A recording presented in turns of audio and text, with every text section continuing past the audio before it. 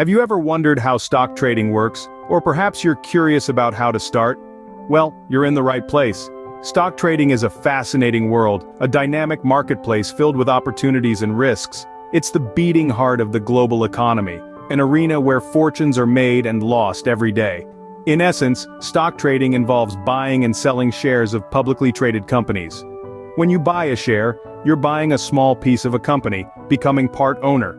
The beauty of it is that you don't need to start a business, invent a product, or even leave your home. You can participate in the economic growth of other businesses, right from your computer or smartphone. But why is stock trading relevant? Well, it's one of the primary ways people build wealth over the long term. Historically, the stock market has provided a return of around 7% per year after inflation, making it an attractive investment vehicle for many. However, it's not a one-way street to riches. Stock trading carries inherent risks. The value of a stock can go down as well as up, and there's always the possibility of losing money. That's why it's essential to understand the basics, to do your research, and to approach trading with a clear strategy. And remember, we're not financial advisors. We're here to provide information to help you understand the world of stock trading, but the decisions you make, the risks you take, they're all on you. So why should you trade stocks? Well, aside from the potential for financial gain, trading stocks can also be intellectually stimulating. It's a game of strategy and analysis, of interpreting data and predicting trends. It's about understanding businesses, economies, even human psychology. And who knows, you might just find it fun. Now that we've covered what stock trading is, let's delve into some key terms you should know. When entering the world of stock trading, there are several terms you need to familiarize yourself with, so let's dive right in. First up, we have stocks. Stocks, also known as shares, represent ownership in a company. When you buy a stock, you're buying a piece of that company, making you a part owner no matter how small your share may be. Next, we have dividends. Dividends are a portion of a company's earnings that are distributed to shareholders. Not all companies offer dividends, but those that do typically pay them out on a regular basis, providing a steady stream of income for shareholders. Moving on, we come to two very well-known terms in stock trading: bull market and bear market. A bull market refers to a market that is on the rise, characterized by optimism, investor confidence, and expectations that strong results will continue. On the flip side, a bear market is one that is declining, marked by pessimism and negative investor sentiment. Next up is blue chip stocks. These are shares in large, well-established and financially sound companies with a history of reliable performance. Think of companies like Apple or Microsoft. These stocks are generally considered to be safe investments. IPO, or initial public offering, is the process by which a private company goes public by issuing its first shares to the public. It's a way for companies to raise capital and for investors to potentially get in on the ground floor of a growing company. Finally, we have portfolio. Your portfolio is the collection of all your investments, including stocks, bonds, mutual funds, and more. The goal of your portfolio is to diversify your investments to balance risk and reward.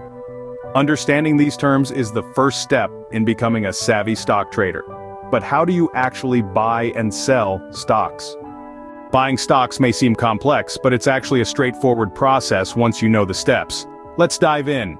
First things first, you'll need to set up a brokerage account. This is your gateway to the stock market. There are many online brokerages to choose from, each with their own advantages and offerings.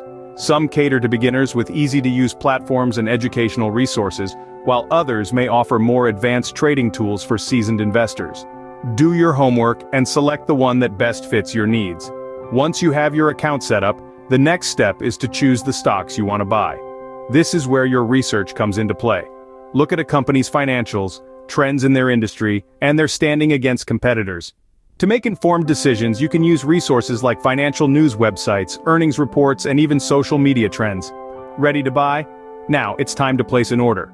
There are two main types of orders you can place: a market order, which buys the stock at the current market price, and a limit order, which buys the stock only at a specific price or better.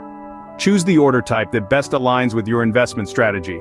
After placing the order, the brokerage will then find a seller, and the transaction will be finalized. The stocks you've purchased will now show up in your brokerage account. It's important to remember that the stock market fluctuates constantly, and the price of your stocks can go up or down. Regularly monitor your investments and adjust your strategy as needed.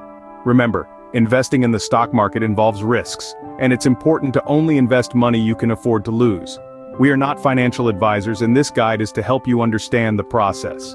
Always do your own research and consider seeking advice from a financial advisor. And there you have it.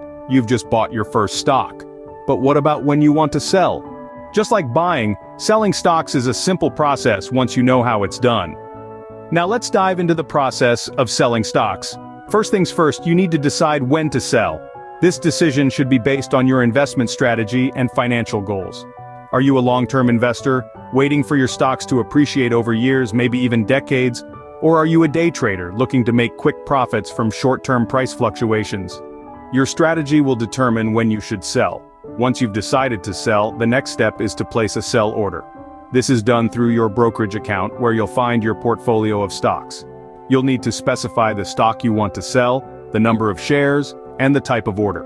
There are two common types of orders: a market order and a limit order. A market order is a request to sell your shares immediately at the best available price. Be aware that the final sale price may not be what you see at the moment you place the order, especially in a fast-moving market. On the other hand, a limit order allows you to set a minimum price at which you're willing to sell your shares. This gives you more control over the sale price, but be aware that your order may not be filled if the market price doesn't reach your limit. After you've placed your sell order, you'll need to wait for it to be executed. This could happen almost instantly, or it may take some time. Once your order is executed, the proceeds from the sale, minus any brokerage fees, will be deposited into your brokerage account. And there you have it. The process of selling stocks, from deciding when to sell, placing a sell order, and finalizing the sale, is straightforward. However, the decision about when to sell can be complex, and should be based on careful analysis and consideration of your financial goals. Now you know the basics of buying and selling stocks. But remember, always do your own research before making any decisions. And that wraps up our quick guide to buying and selling stocks. Over the course of this video, we've shared crucial insights into the world of stock trading, right from the basics to the nitty-gritty of buying and selling stocks. We've demystified key stock trading terms, helping you build a solid foundation in understanding the language of the stock market. Remember, these terms are your compass, guiding you through the intricate maze of the stock market. We then delved into the core of this guide, the process of buying and selling stocks. We walked you through each step, from setting up a brokerage account to placing your first order. We unraveled the mystery behind sell orders, market orders, limit orders, and stop orders, equipping you with the knowledge to navigate these waters with confidence. But let's not forget, in this dynamic world of stock trading, there is always more to learn, more to explore. It's a journey that goes beyond the mechanics of buying and selling. It's about understanding market trends, analyzing company performance, and making informed decisions based on your research. Yes, research. You've heard us say it before, and we'll say it again. Do your own research. The power to make sound investment decisions lies in your hands. Use the tools and knowledge at your disposal to dig deeper and never stop learning. We encourage you to continue exploring, continue questioning, and continue growing as an investor. Embrace the complexities, the uncertainties, and the thrill that comes with stock trading. Remember, every great investor started as a beginner, so keep watching, keep learning, and most importantly, keep trading. Thanks for watching. Don't forget to like, comment, and subscribe, and hit the bell notification so you'll get updates anytime we upload a new video.